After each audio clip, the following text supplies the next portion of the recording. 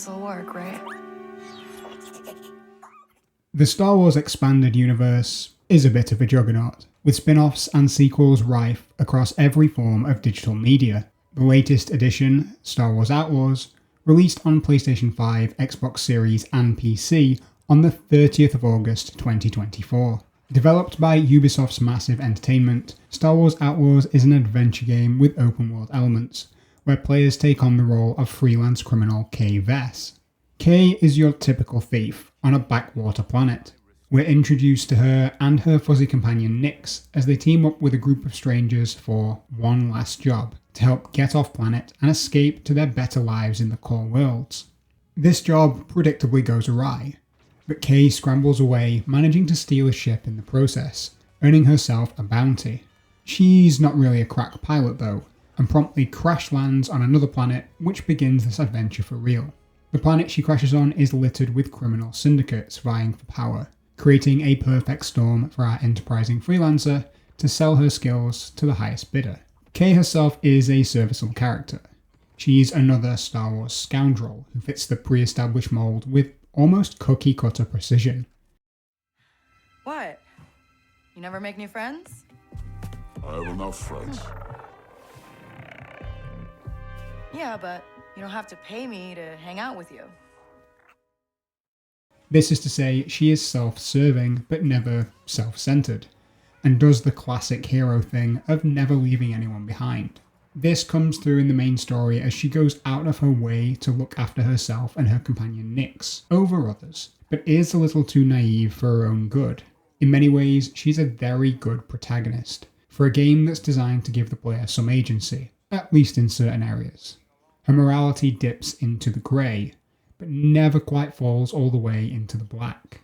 For a bit of context, this game is set after the events of 1980s sci-fi masterpiece The Empire Strikes Back, with the Empire scrambling to track the rebels. These two factions feature in the game too, but neither is the focus of the story. Instead, it's the criminal forces, like the Hutts, that get top billing. These are one of a handful of syndicates who Kay works for, with her allegiance changing as her goals and needs do. There are a few gameplay mechanics, but juggling which syndicate you're doing favours for, and who you're actively annoying in the process, is one of the more important. There's a strong mix of characters both in and out of the syndicates, with Kay's sidekick Nyx the standout, in the same vein BD1 is to Cal Kestis, Star of Jedi Survivor. Some of the other characters are brokers and fencers. Some are leaders of the factions themselves, and others are high-ranking officers. A few are lackeys or underlings that work with Kay, but almost always harbour ulterior motives. What does work well is the cold and forced working relationship between Kay and ND5. ND works for the mysterious Jalen, who gives Kay a chance to put a crew together to do one last job, and then disappear. ND is a combat droid and is exactly as cold as you'd expect. He's basically a glorified babysitter to make sure that Jalen's investment in Kay pays off, and their relationship is constantly frigid. I actually thought this really helped, as most of the flesh and blood characters seem willing to go out of their way to do Kay favours, and kind of let some of her more naive comments pass. The evolution of ND and Kay's relationship is a key focal point of the narrative, and while I do think that throwing another hour or two of character development into the game would have helped, you at least get what is trying to be achieved here. As a high-level overview, there is a lot of going along with it for the sake of the plot, and some really quick speedruns of character backstories. Maybe it's another side effect of the game's length, but it really felt like the only moment in the game where I really related to Kay was when she rescues Nyx, and that's around the game's midpoint. Other similar events later on feel like an overplayed hand. The strongest characters are undoubtedly the villains, and that term is used fairly loosely, as at least half of the cast could fall into that category. The syndicate leaders don't spend a lot of time on screen, but each is well painted as ruthless, calculating, or ambitious in a way that helps make them a necessary evil. The story runs close to 20 hours for a straight run through, with another 10 to 15 if you take some detours and add on some side quests. I rolled credits with 25 hours on the clock, and that left me with a few abilities shy of being maxed out, but I was plenty viable for the final mission. While the game's overall vibe is quite casual and accessible, there are the usual completionist activities if you are that way inclined, and that brings us quite nicely onto gameplay. This is a third-person game that is largely based around stealth and traversal. On planets, Kay and Nyx find work in towns and ports, and are usually sent on errands to steal something or otherwise acquire it. The majority of the gameplay revolves around that very basic concept, but story missions involve large and layered compounds, and more simple contract missions and quests are usually pickpocketing, smuggling, or petty theft by comparison. The bulk of the gameplay can be categorized as crawling through vents, or hiding out of sight to avoid patrols, in a way not that dissimilar to some Assassin's Creed games. Quite surprisingly, I found the early game difficult, as being seen or caught is an instant failure in the early quests. I'm so used to being able to fight my way out of most situations when I get spotted, sort of like you can in Far Cry, Assassin's Creed, or your Bethesda game. This game has elements similar to each of those, particularly in how the game is structured, such as with map markers and compounds that give off that generic open world feel. Creeping around as Kay is fine though. She's quite mobile for a regular human being with no force powers, and I never felt like she was slow. Stealth is a primary method of gameplay, and with sneaking and staying out of combat usually being the ideal, you can achieve your goals. One thing I did like was how this game avoids the stealth cliché of rock throwing to distract enemies. Instead, Nyx achieves the same result, with Kay's companion being a Swiss Army knife of utility. He can steal for you, open doors and switches, and distract enemies with what I can best describe as play acting, but it's certainly more original than Rock's. Once you get out of the first few missions, you can explore on your own, and getting caught becomes less punitive than it is in the early game. You lose some reputation for trespassing, and are thrown out of certain districts in urban areas, but outside of the city you can fight your way out, which is always better than the instant fail. Combat is incredibly limited, as Kay has only a blaster and a few throwables to handle her foes. Unlocking more options comes via story progress and the recruitment of experts.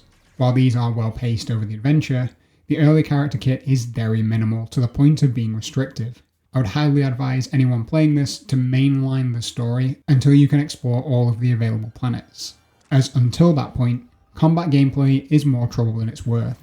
When all said and done, Kay's final form, with more skills unlocked, is very effective. It is just a bit of work to get there. As well as her adventures on the ground, Kay does get a ship to engage in space combat. The ship controls are neither good or bad, and require both thumbsticks on the PS5 version. This game reminded me heavily of Starfield in many areas, and space combat is certainly one of them. You are stuck in your specific ship here, and there are fewer RPG systems at work, but the way that your ship banks, turns, and how dogfighting feels is very similar. Along with your ship, Kay can upgrade her blaster and speeder by gathering parts and making some story progress. Some of these upgrades require side quests with the aforementioned experts to unlock. Others require materials and components that can only be acquired by going to specific locations or dealing with specific merchants. I found these upgrades to be well balanced. Each of them is quite linear and slightly improves something you already have, or grants a new option to you in the same vein. None of them require a great deal of thought into a build, or complex decisions on RPG systems. This feels like a perfect fit for what this game is trying to be, which is light on the complexity. Kay also has some armor pieces too, and these fit closer into the mold of having set bonuses and modifiers. Most of these are purchased from vendors or are reputation rewards from the cartels. I'll hold my hands up and say I do tend to really like stat-heavy and complex RPG systems, but I can tell when they aren't needed. And that's to say that Star Wars Outlaws really didn't need that. What is here, with the charms, the sets and the aesthetics for Kay and Nyx, it's totally fine. There's the right amount of gameplay affecting pieces without needing to turn every Imperial soldier into a loot piñata. This system just works, and while I found some of the tasks to unlock abilities to be a bit tedious, I do generally agree with the choice to have this type of progression in this type of game. Experts that teach Kay their skills is certainly easier to work with in a game without a leveling system, and it makes sense in the universe. To round out Kay's kit, she's also got a speeder that can be upgraded, and a blaster that has a few different firing modes, as well as a crew of the galaxy's most ragtag chancers, who all have different motivations for teaming up for Kay's big heist. I called this game casual earlier, and I really do believe that that's a good description. And in this context, complementary too. Star Wars Outlaws didn't need to be this heavily emotional cinematic game like Jedi Survivor is at times, and this wasn't that. This is certainly more akin to filling a space in the universe, and fleshing out the underworld a little bit. I can see why this game exists, and it's clear that there was a niche for it to fill. It also hits some fan service notes, with cameos from a handful of established characters in the Star Wars universe. Whether or not that's enough to carry the game is subjective, but there are some other objective flaws. Technically speaking, the PS5 version of this game was turbulent at times, but generally stuck the landing. Some quests and contracts had bugs that required reloading checkpoints, and there were some weird issues with lighting in buildings that I did notice early on.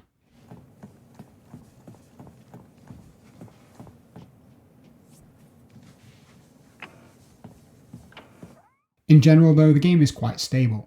Graphically, this is weaker than I was expecting, even though I deliberately chose to play on performance mode for the most part. Kay and Nyx's character models are pretty good, and the majority of the environments and terrain are as you'd expect.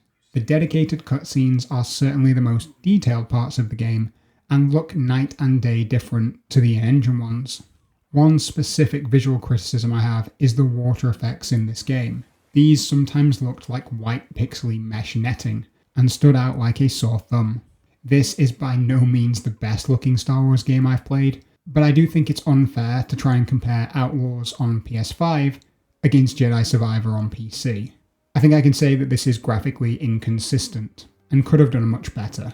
Sound design is fine too, with the Star Wars music understandably excellent, and the voice acting good.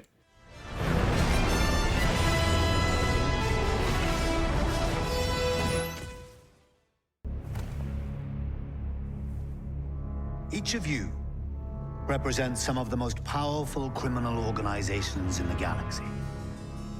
Pikes, Crimson Dawn, Hutts. It's a golden age for the underworld. This isn't a game that's likely to sell consoles or change industry trends, and it took me a long time to warm up to this as anything more than an open world map marker collectathon. But I did gradually thaw on a negative earlier opinion. Despite being my preferred way to absorb content, this isn't a game that's good if you play it for 6 hours straight after work, or try and burn the entire story in a weekend. It's better placed as something you play in short bursts, one mission or quest at a time, spread out over a few weeks, like that B-list TV series that's your go-to.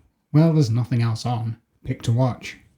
As I approach the end of this review, I feel it's important to put some value on the Star Wars license.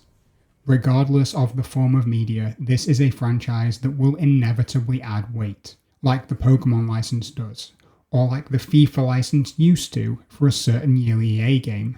That does add context and value to what would otherwise be a fairly ho-hum adventure, that is the dictionary definition of simple and safe mechanically. Star Wars Outlaws is a game I'm lukewarm on, while leaning towards neither hot nor cold. It's a fine burst of adventure that occasionally flashes with its story moments and features a few cameos well placed enough to be canon, that do help keep Outlaws afloat. It has its technical issues, but nothing crippling, and will land as a moderately valuable box-checking adventure that is carried by the Star Wars name.